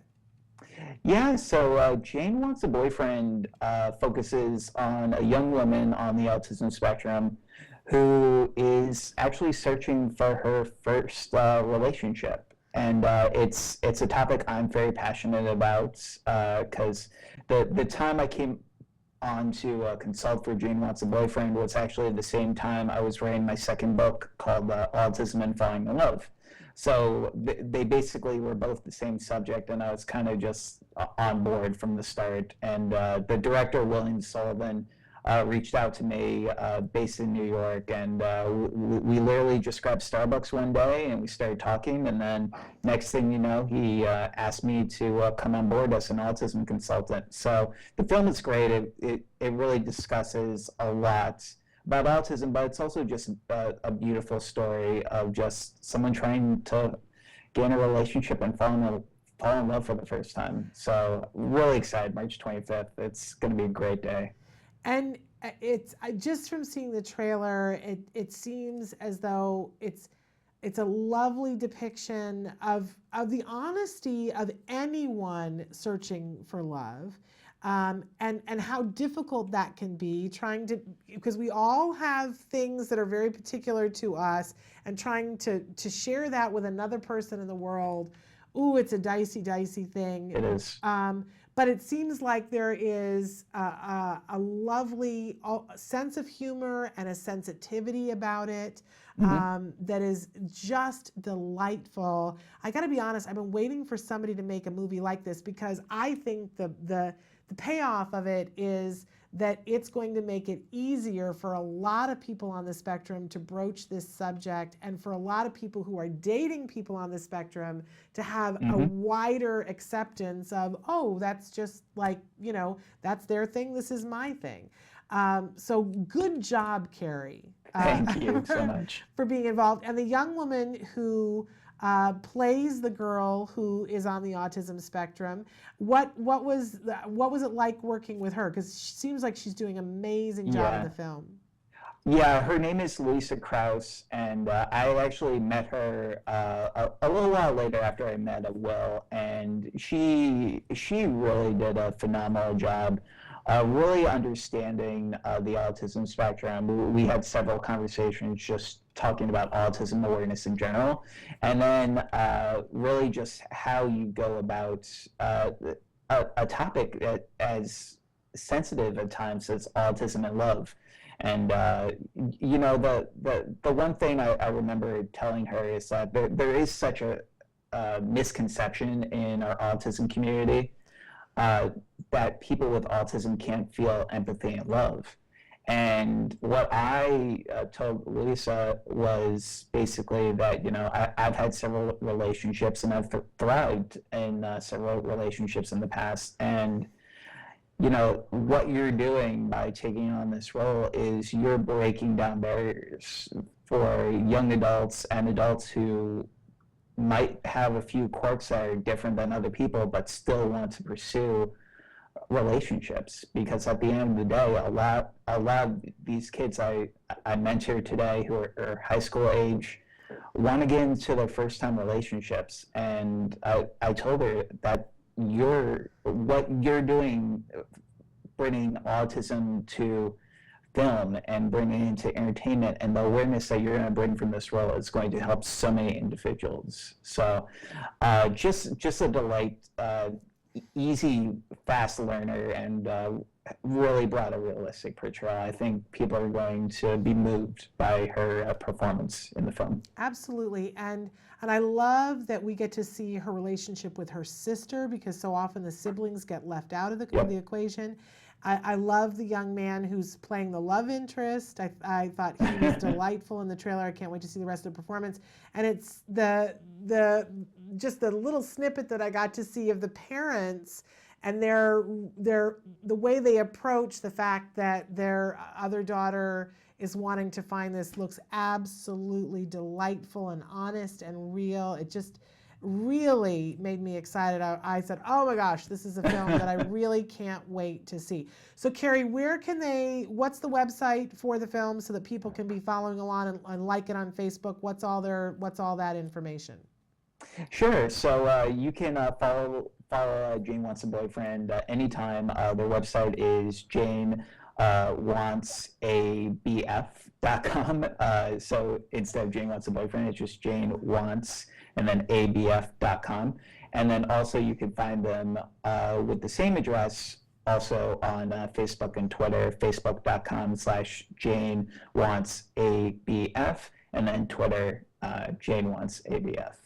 And they have shown me so much love in the past, and I'm really just glad to have the opportunity to show them some love. Based on their wide release on March 25th, they'll be available on all digital platforms, iTunes, and they will also, I just learned yesterday, they will be showing in theaters in New York City at the Cinema Blend and also, Cinema Village, and also in LA at the Les Amel. So really exciting, and stay tuned for more updates on their Facebook page, because we're going to be hearing more about the theaters worldwide that are going to be having this film as well. Okay, and Carrie, if you end up coming out for the LA opening, you must let us know, because we have to have you in studio. Absolutely, yeah. I love LA. I'm just finding an excuse to get back, honestly. Okay, so if you come out, you must let us know. And definitely people check it out. And Carrie, really quickly, tell them where they can get your books, because I'm sure that everybody wants to read your book about falling in love. So where can they find your books? Absolutely. So they can find all my books are currently available on Amazon. So if you go to Amazon.com and search my name, Carrie Magro, that'd be the best way. But you can also read more about my books on my website at carriemagro.com/books. Wonderful. All right, we're going to take a short break, but Carrie's going to stay with us. When we come back, he's going to shift his hats around a little bit and talk to us about some of the things that are going on at Autism Speaks in preparation for Autism Awareness Month, and in particular, what's happening with Light It Up Blue. So stick with us. More Carrie Magro after these messages. What is autism? What is autism? What is autism? What is autism? What is autism? What is autism? I've been asking myself that for a very, very long time. Let me think about that one. Trying to, Jeez. Let me think. Oh man, that's a rough one. Yes. Autism. Autism is a neurological disorder that affects many of our kids in different ways. It's a learning disability that affects the cognitive functions of the brain. A lot of people have the misconception that it's a disability, and it's really not. I look at it as like a special gift. When one person thinks differently from another. It's an opportunity for everyone to learn to understand someone that's a little different than them. Autism is the ability to educate. They're given so much talent in different areas. To me, autism means a chance to be with and be around people you really care about. Autism is beautiful. It's a way of seeing the world differently.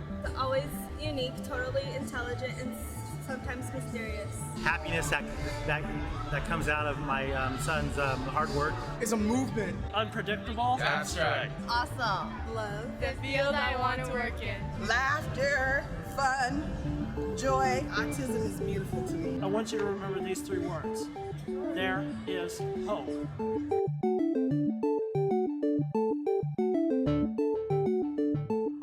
Welcome back to Autism Live. Our very special guest joining us via Skype from New York City is Carrie Magro. As I said, one of my favorite guests on this show because Carrie is so inspirational to me personally and to so many of you that watch.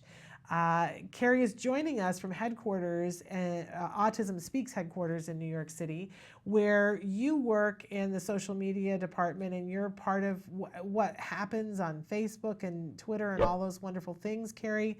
You do such a good job. It's amazing what you do.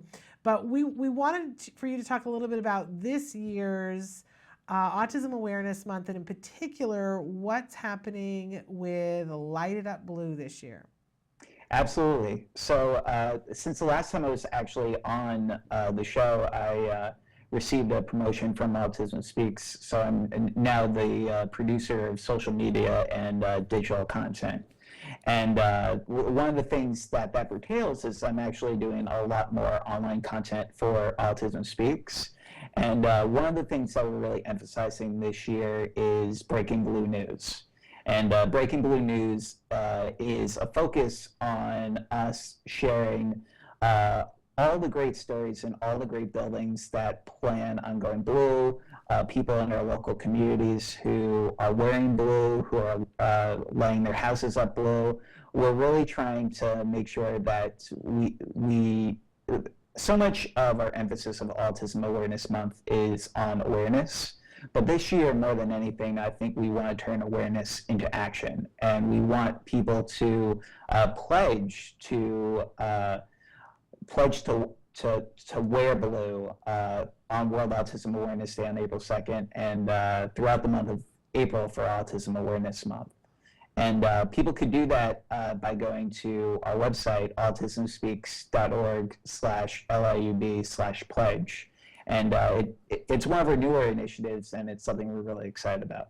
So when you pledge, you're pledging that you're going to participate and you're going to do something. You're going to wear blue, you're going to decorate your house blue, but you're going to do something blue. That's what you're pledging.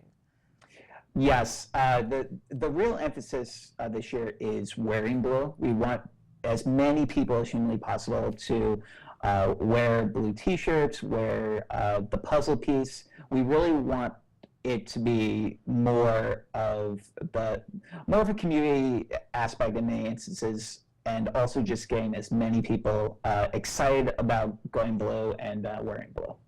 Wonderful. And so every year I enjoy getting to see which buildings you guys add to your repertoire of who's going to go blue. What are the big buildings this year that you already know? Because I know as it gets closer, you have more and more that pledge. But what's already on your list?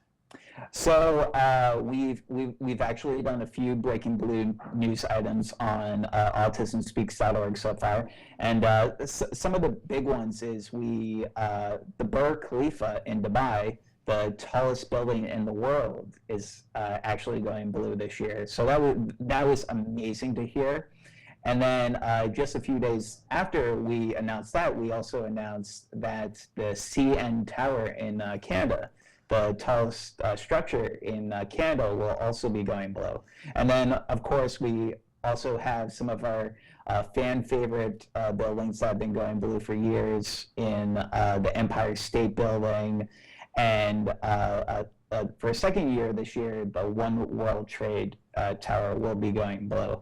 And one of my personal favorites that I think is going blue this year, which we mentioned just a few weeks ago, is Capitol Records in LA is going blue, and it's actually going to stay blue throughout the weekend, because Light Up Blue is on Saturday on April 2nd this year. So wonderful. And for people who don't know, the Capitol Records building here in Los Angeles, a lot of us call it the Jetsons building because it looks like the building that George Jetson lived in. It's round and it has all those little patios, and I just wait for the day that we have flying cars so someone can fly to the Capitol Records building and land on it.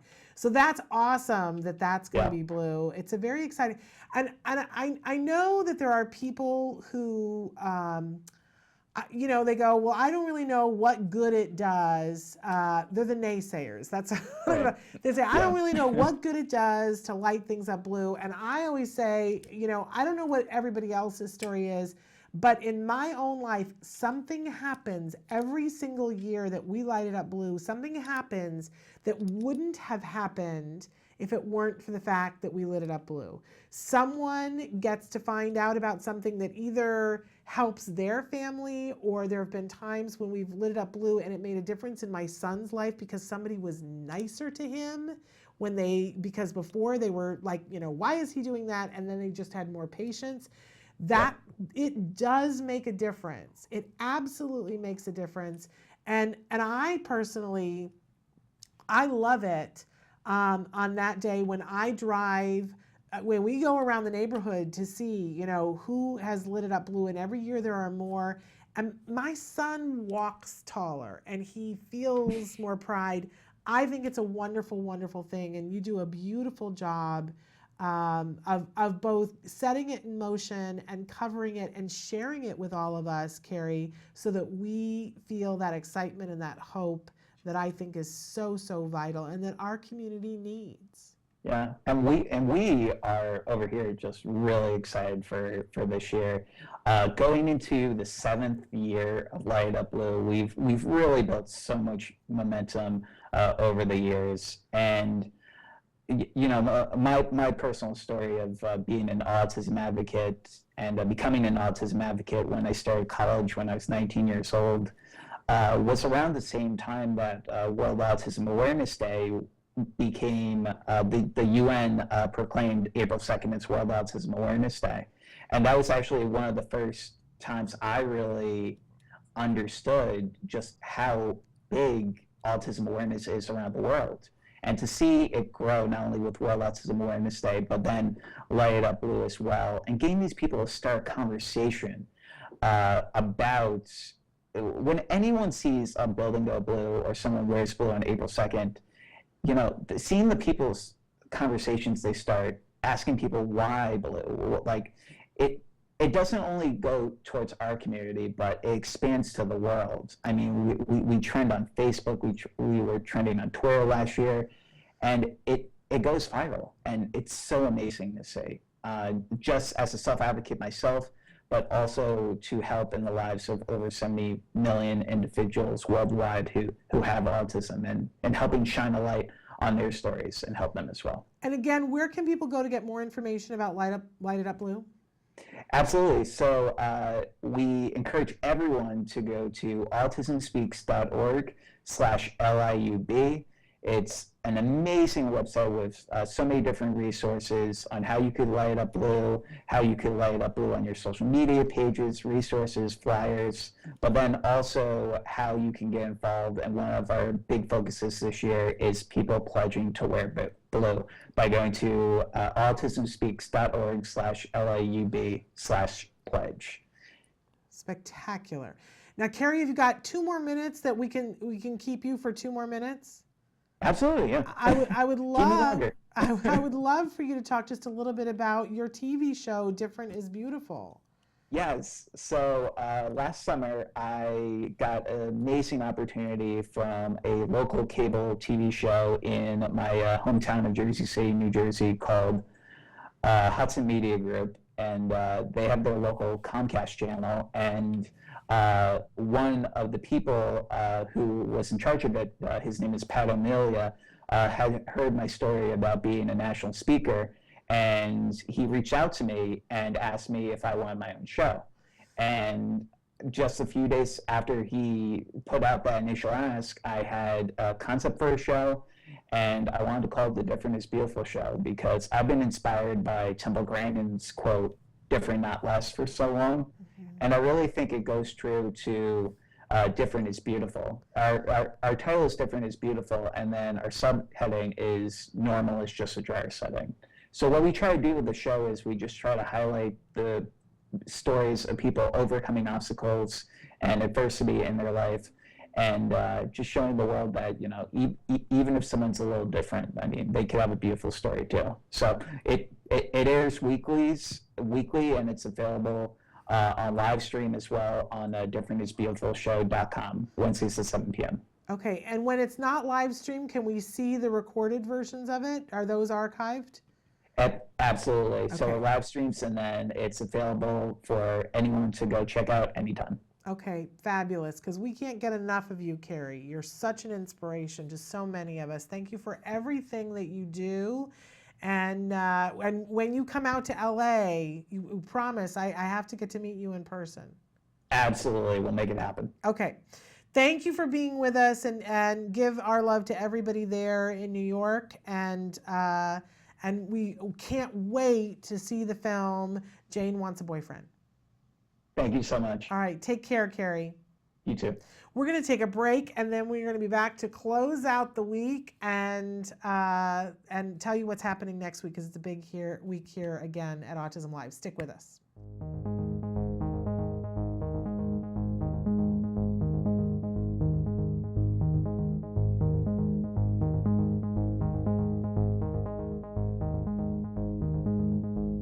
Here, mid-swing on this wonderful day, this wonderful walk with Mr. Matt Asner. Talk to us about today's walk. Do we have any facts, figures, numbers, or just pure emotion? Just pure emotion. I'm about to get the numbers. We'll see what it is. Okay. I think it's probably close to 1.6, probably. That's my feeling. But it's incredible. We had 55,000 people plus here today, and you know, I you know, honestly, I've been here 7 years. It gets better and better and better. So. And really what you've fostered here today is hope. I know that's your favorite four-letter word. Where are we without hope? Where are we? Really, I mean, seriously, where are we without hope? Hope is everything. Hope is eternal.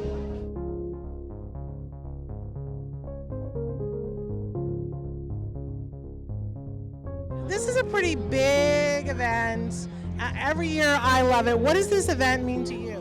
Well, I just think it's great that you see so many people coming out to support, you know, autism.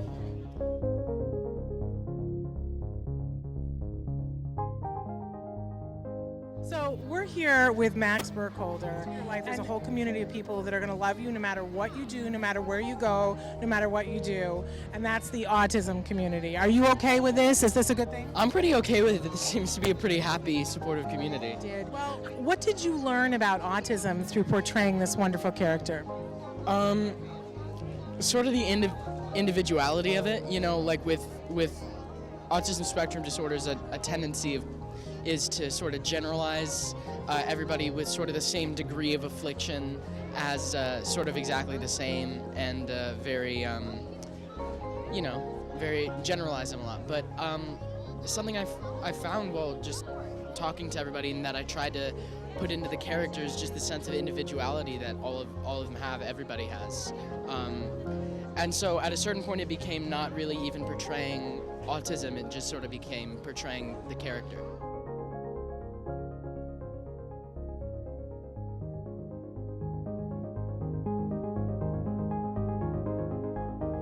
I want to thank you on behalf of everybody for what you do. That's very sweet.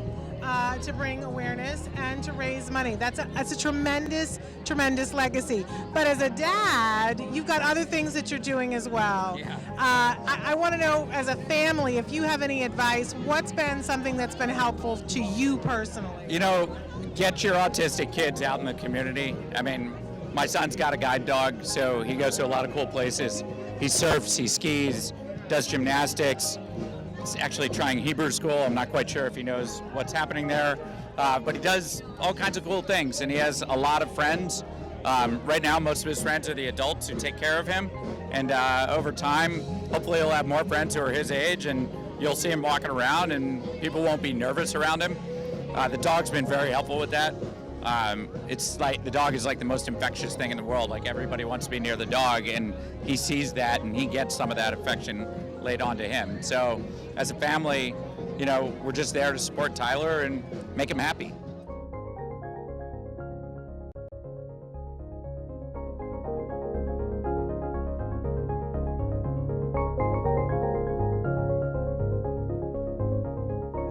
Welcome back to Autism Live. I wanted to take a couple of minutes to talk to you about next week because we've got a pretty big, exciting week happening for you next week. On Tuesday, we're going to have Christine Whalen is going to be with us, and she's going to be talking with us about gaming. She was one of the first people to invent an app for autism that did amazing things. So she's going to be talking with us specifically about that, but she's also going to be talking with us about adults and how we help our adults to get services and to get, because it's a very different thing for adults. And we think that with our kids, it's very specific and everybody, it's not one size fits all, right? But it's so much more that when we get to adulthood, the individual needs are just exactly that, individual. So she's going to be talking with us about that. We also are welcoming back to the show a young author on the autism spectrum, Grady Brown, who has done a series of books that are from the fantasy genre. And so Grady is going to be back with us on Tuesday, and we're really excited about that and thrilled to have him back with us here on the show. On Wednesday, we have Dr. Doreen back with us for Ask Dr. Doreen, and in the Let's Talk Autism with Shannon and Nancy. I cannot promise whether Nancy will be here, but Diane Bernstein is going to be here, and I don't know whether she's going to be bringing her son with her or not, but we're continuing on with our new series, Autism Family Portraits, looking at how this has been, because these stories are so individual. So Diane's going to be talking with us about what her journey has been like with her son, who is a young teenager, and how art plays a role in both of their lives. Her son is a jewelry designer and an amazing young man. So they're going to be with us on Wednesday. And then on Thursday, we're very excited because for a long time we've talked about having Jean Nicole with us, the creator of the eating game, a tool that creates a game that helps our kids to be able to eat more and different varied foods. And she's going to talk more with us about that because I don't know all the ins and outs of it, but it's something that I've wanted to cover on the show for a really long time. So we're thrilled that we're going to be able to have her with us on Thursday. And we're still in negotiations. I think there's another person on Thursday that we're going to have. So we have a big power-packed week full of a lot of fascinating stuff. And then things come up last minute. This is just already what we have in the works. So very excited about that. We're getting closer. I mean, next week we start into March. And as we gear up into getting closer to April, we're going to be deluged, all of us, with news stories. Some of them are going to be the feel-good stories that we all look forward to. A lot of research times itself to come out during this period of time, and a lot of events to cover here in Los Angeles. Kevin and I were just going through yesterday and looking at all the things, things that were double booked and triple booked. So we're going to be here. We're going to be doing shows, and we're going to be continuing with our sister shows. In fact, I wanted to talk about the fact that sometime in the next week, I don't know whether it's happening tomorrow, Monday or Tuesday or Wednesday, but the new edition of The Future is Bright is going to be coming. And I know for a fact that one of the special guests on that show is going to be race car driver Jason Cherry. He's been with us before on the show, and he's an amazing young man that does great things for the field of autism. And so he's going to be one of Stephanie Schaefer's special guests, and that's coming sometime in the next week. I just can't tell you exactly when yet, but it might be on the show tomorrow. I think that's what's happening. I think it's at 10 o'clock tomorrow morning. But stay tuned for that.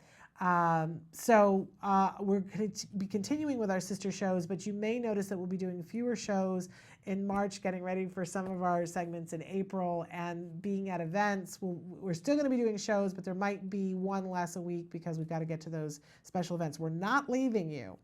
It's just that we're going to be bringing you some more content that's from outside the studio, which I think everybody's ready to dust this off and be out, right? I really want to encourage you that if you've got things going on, share them with us. Frequently you guys write to me and say, can I share something? Will you share something on the page? And here's what I want to let you know. You can share directly onto our pages. That is fine. We don't share anybody else's content typically, but you feel free to share if you've got something that's coming on. We like to be a hub of information for everybody wherever you are out and about. So I hope that you will take the opportunity to do that. I think we have time for a quick break, and then we'll come back for our closing comments, and I think we have another question online. So stick with us. More Autism Live after these messages.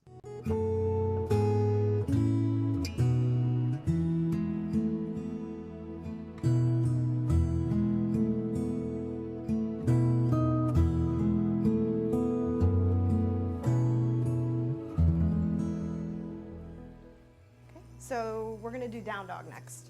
So with down dog, there are several different ways that you can do it, and I want to show you first and then help you with yours so that we can work on what feels good for you, okay?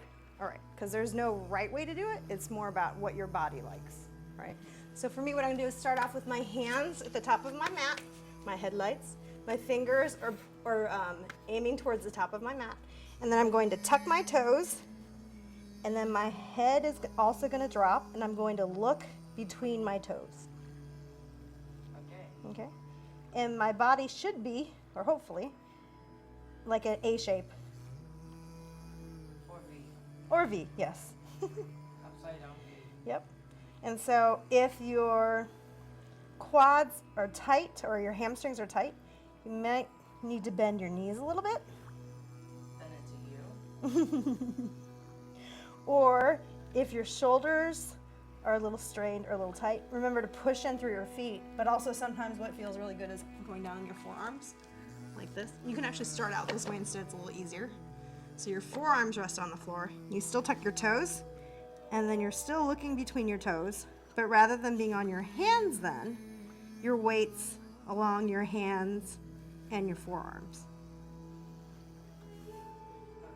Okay? All right. So, now it's your turn. Okay. So, yep. You're going to do on your hands? Okay, yep. So your fingers are facing the front of the mat. Or are you doing forearms? Forearms? Okay, there we go. Wow, you're very bendy. Very nice. And your gaze is right here between your toes. Excellent. Very nice, Jem. Wow. Awesome. Feet are a nice distance apart. How does that feel? Okay. Awesome. You want to come down? Excellent. Good. Good.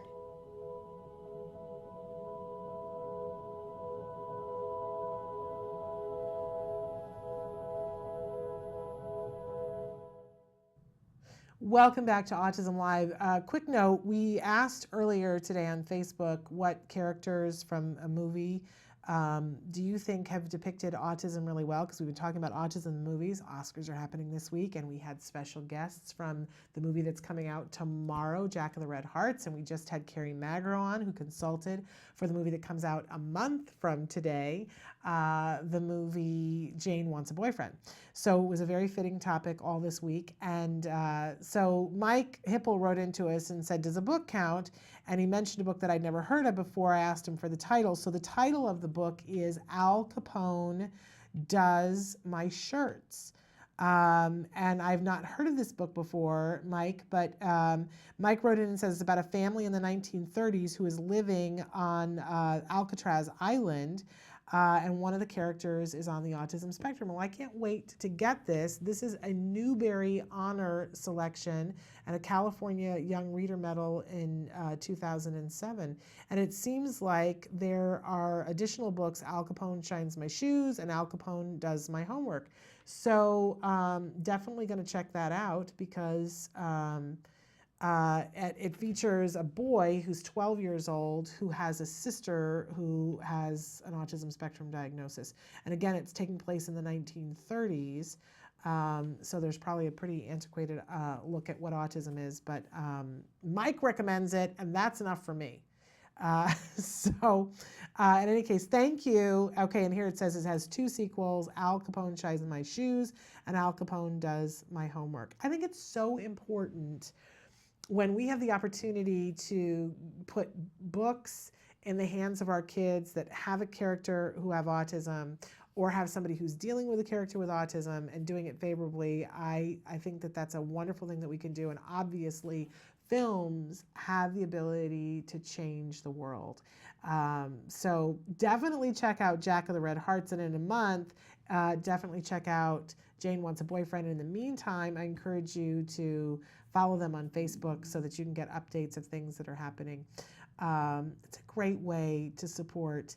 I also want to say that we are continuing in our quest here. There's another debate tonight. We are continuing in our quest to reach out to the campaigns to ask them to not only define what their autism plan is, but to share it with us and to give them airtime to come and talk about their plans. And to date, there's only been one candidate who has done that. And so I have to give a shout out to Hillary Clinton, because not only has she defined a plan, but it is a comprehensive plan. Nothing is over yet. And I want to be clear that we're not about endorsing a candidate here, but certainly at this point in the game, I want to encourage the candidates to not speak willy-nilly.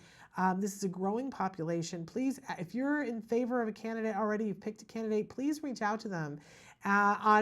Feel free on our behalf to say, do you have a plan? Because if you do, and even if you don't, you want to talk about the fact that you don't have a plan, we've got space here. Get your candidate, get their attention, and invite them to be on our show. I will back you up. There's space here. We want to talk to them because I want them all to have a plan. Everyone should have a plan. All right. We're totally out of time, but I want to tell you that I adore you and I appreciate the time that you spend with us. Thank you for being here, and thank you to all of our wonderful guests this week. And we'll be back on Tuesday with a great, great show for you. And until then, please give your kiddos a hug from me and one for you. Bye-bye for now.